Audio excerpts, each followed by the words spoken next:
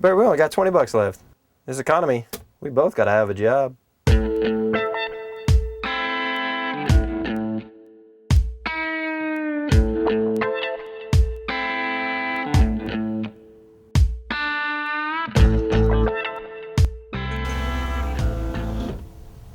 So, what's a pretty girl like you doing out here all by yourself? What's so special for tonight? Oh no, not again. Oh, damn!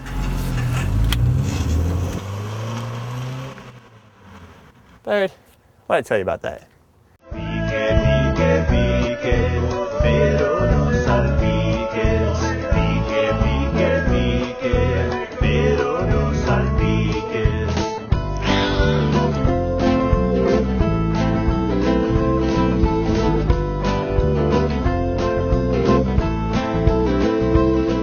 Hey there gang, I'm your host Randy Prim and welcome to the third episode of Road Bandit, the interactive travel show that showcases life on the road in search of unique stories that will educate, entertain, and hopefully inspire you to go out and live your life the way you truly desire. It's your world and I'm just in it.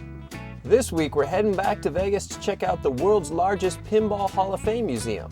With over 200 machines, all classics, and even some antiques, let's head right off the Las Vegas Strip to the world's largest pinball museum, where a single quarter can take you back in time to the days of the arcades and the sights and sounds of pinball, baby.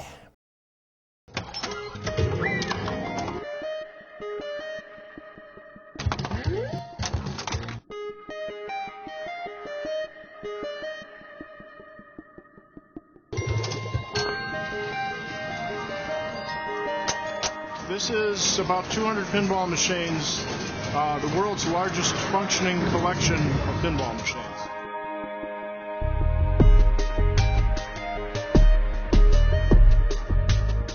We're a legal not-for-profit corporation. We're a pinball collectors club. Nobody here gets paid.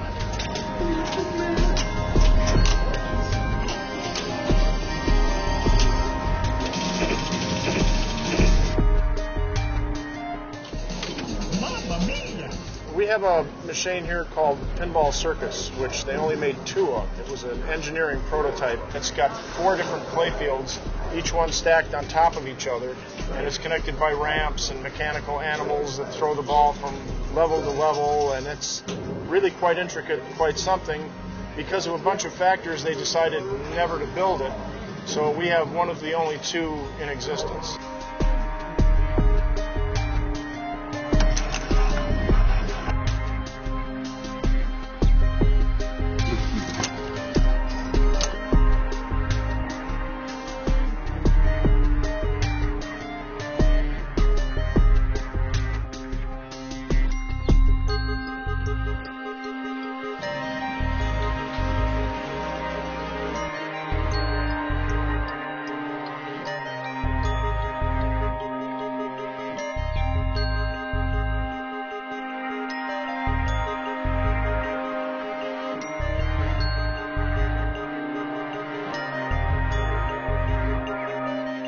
We have people that come in here and they just get waves of pure nostalgia coming over them. Like, wow, I haven't seen this since I was 16 years old. The first time I fought a girl was on this machine, and I used to play this for hours, and I remember everything about it, and I haven't seen it in 30 years.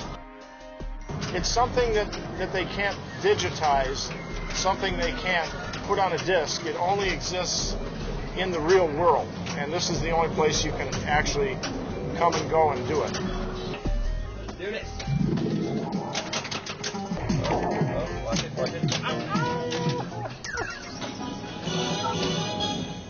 Thanks to Tom Arnold and all the volunteers there who helped us out with the shoot.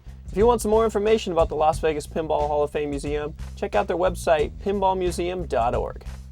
Last week I gave you an inside look into the radio interview I did for the Biz Chicks. And now I want to give you guys a look at what it's like to do a live in-studio television interview. This was my very first live TV interview. It was 5 minutes long, cameras were rolling, and check it out. Hey guys, Randy with Road Bandit, and we are at Q13 Fox in downtown Seattle, ready to do my first live TV interview. I won't lie, I'm a little nervous. I actually threw up this morning. Not because of the nerves as much as I over-tanned. This guy tried to get this complexion all good and went 4 tans in 5 days. And I used a tanning machine that looked like a time machine, and have full regrets now doing it. I was up all night with like this major sunburn itch that made me twitch and do all this craziness, and I have been feeling like just not good. So now I'm about to go up there and do a live television interview and see how it goes.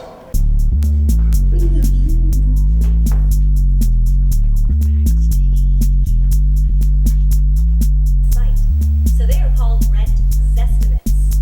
This is Sarah, this is Randy's Road Bandit producer. How are you? She's taping us. Everything that's gonna happen is unpredictable, so I started thinking about, I need to get out here. More than a year, our next guest is doing just that. Lake Stevens' own Randy Prim stops by to talk about his adventures as the Road Bandit.